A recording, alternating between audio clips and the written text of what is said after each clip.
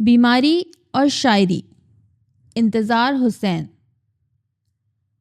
آدمی ہاکی کو نہیں چھوڑتا، ہاکی آدمی کو چھوڑ دیتی ہے۔ اور جب ہاکی نے مختار صدیقی کو چھوڑ دیا تو انہوں نے شاعری کا دامن تھاما، مگر شاعری ہاکی نہ بشد۔ ہاکی آدمی کو چھوڑ دیتی ہے، شاعری ایک دفعہ آدمی کو پکڑ لے پھر جان نہیں چھوڑتی۔ مختار صدیقی شاعری کی فیلڈ میں ہنوز موجود ہیں۔ سفر، بیماری، شاعری، یہ مختار صدیقی کا خلاصہ ہے، اگرچہ نصیر انور نے ان کے کچھ اور اوصاف بھی بیان کیے۔ پاکستان کونسل میں اب تک مصوروں کی رونمائی کی رسم ادا ہوئی تھی، اس بار ایک شاعر کی رونمائی ہوئی۔ نصیر انور کا کہنا یہ تھا کہ مختار صدیقی کو نرا شاعر مت جانو، اس شخص کا کوئی ٹھکانہ نہیں۔ کبھی اس نے اپنا سارا زور پہلوانی پہ صرف کیا، کبھی ہاکی پر جان دی، کبھی تاریخ کی شناوری کی، اور کبھی تصوف کے بحر ذخار میں غوطے لگائے۔ مگر مختار صدیقی نے اپنی زندگی کا نقشہ اور ہی طرح پیش کیا۔ بی اے کیا، نوکر ہوئے، پینشن ہوئی اور مر گئے۔ معمولی درجے کے آدمی کی زندگی تو یہی ہوتی ہے، اور مختار صدیقی نے ایک معمولی درجے کا آدمی اپنے آپ کو قرار دے کر بی اے پاس کرنے کے وقت سے اپنی زندگی کا قصہ شروع کیا۔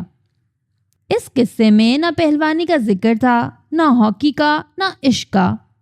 کسی نے سوال کیا کہ تھوڑا تذکرہ بچپن کا کیا ہوتا کہ پتہ چلتا کہ کون سے اثرات تھے جنہوں نے آگے چل کر آپ کو شاعر بنایا۔ مگر مختار صدیقی کو شاید اپنا بچپن کچھ بہت زیادہ یاد نہیں، سو انہوں نے اس سوال پر زیادہ گفتگو نہیں کی۔ پھر کسی نے پوچھا کہ اچھا صاحب یہ بتائیے کہ آپ نے ہاکی چھوڑ کر شاعری کی طرف آنے کی زحمت کیسے کی؟ اس پر مختار صدیقی نے یہ عبرت انگیز بات کہی کہ آدمی ہاکی نہیں چھوڑتا، ہاکی آدمی کو چھوڑ دیتی ہے۔ شاید کچھ نوجوان اس تقریب میں یہ سوچ کر آئے تھے کہ یہ شاعر کے اعزاز میں تقریب ہے، اور شاعر اس کے سوا کیا کرے گا کہ حال دل سنائے گا اور زلف یار کی باتیں کرے گا۔ جب ساری رام کہانی ہو چکی اور ذکر بتا نہ ہوا تو ایک نوجوان سخت مایوس ہوا۔ اس نے تقاضا کیا کہ جناب آپ شاعر ہیں، کچھ لب و رخسار اور زلف یار کا قصہ بھی تو سنائیے۔ مگر اس خشک مزاج شاعر نے یہ کہہ کر اس پر اوز ڈال دی کہ ایسی کوئی داستان اس کی ذات سے وابستہ نہیں، اور یہ کہ شاعر ایسی فضول باتیں شعر میں ضرور کرتے ہیں مگر واقع سے اس کا کوئی تعلق نہیں ہوتا۔ مختار صدیقی نے بیماری دل کا ذکر تو نہیں کیا مگر جسمانی بیماری کا ذکر بہت کیا۔ انہوں نے بیماری کا احوال ایسے سنایا جیسے دل زدہ شاعر اپنے دل کا دکھ بیان کرتے ہیں۔ بیماری اچھی آئی کہ ان کے احساس کو روک لگا گئی۔ اس بیماری میں ان پر یہ منکشف ہوا کہ آدمی جیتے جی لاچار اور بے بس بھی ہو سکتا ہے۔ اس احساس نے انہیں بہت کھایا۔ اگر موت ہی آنی ہے تو حرکت قلب بند ہو جائے اور موت آ جائے۔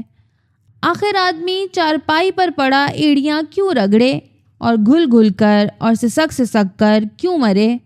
کیا قدرت کا مقصود یہ ہے کہ اس سے آدمی عبرت حاصل کرے؟ مگر عبرت کا مرکہ بننے کے لیے عمارت کا شاندار ہونا اور آدمی کا بڑا ہونا ضروری ہے۔ یوں تو بہت سے چھوٹے موٹے مکان اور چھوٹے موٹے آدمی کھنڈر بن جاتے ہیں، مگر وہ تو مرکہ عبرت نہیں بنتے۔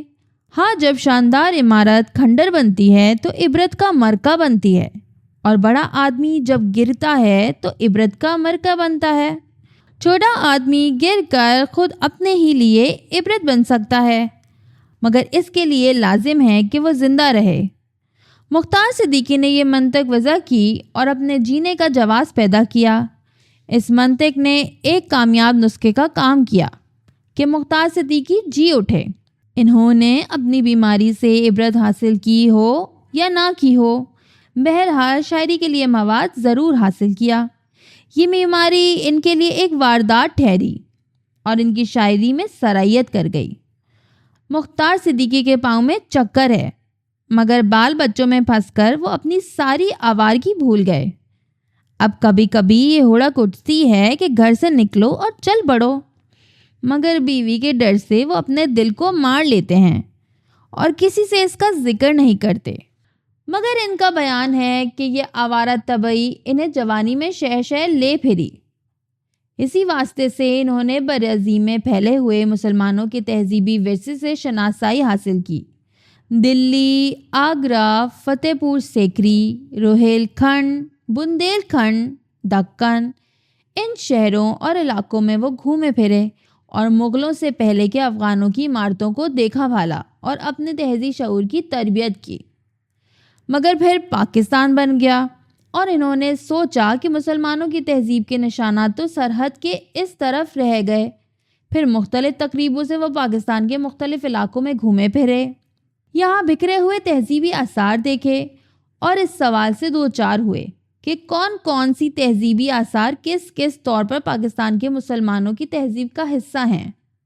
مختار صدیقی نے اپنی اس تقریر میں ان مختلف فکری تحریکوں کا بھی ذکر کیا جو تقسیم سے پہلے ان کے ارد گرد پھل پھول رہی تھیں، اور انہوں نے یہ کہا کہ اس وقت بہت سے ادیبوں نے تقسیم کو ایک المیہ سمجھا، مگر انہوں نے ایسا نہیں سمجھا۔ تقسیم کو انہوں نے تاریخ کے ایک اٹل فیصلے کی حیثیت سے تسلیم کیا اور ادب کی اس ترقی پسندی سے الگ تھلگ رہے جس میں کلچر کی تقسیم پر آنسو بہائے جاتے تھے۔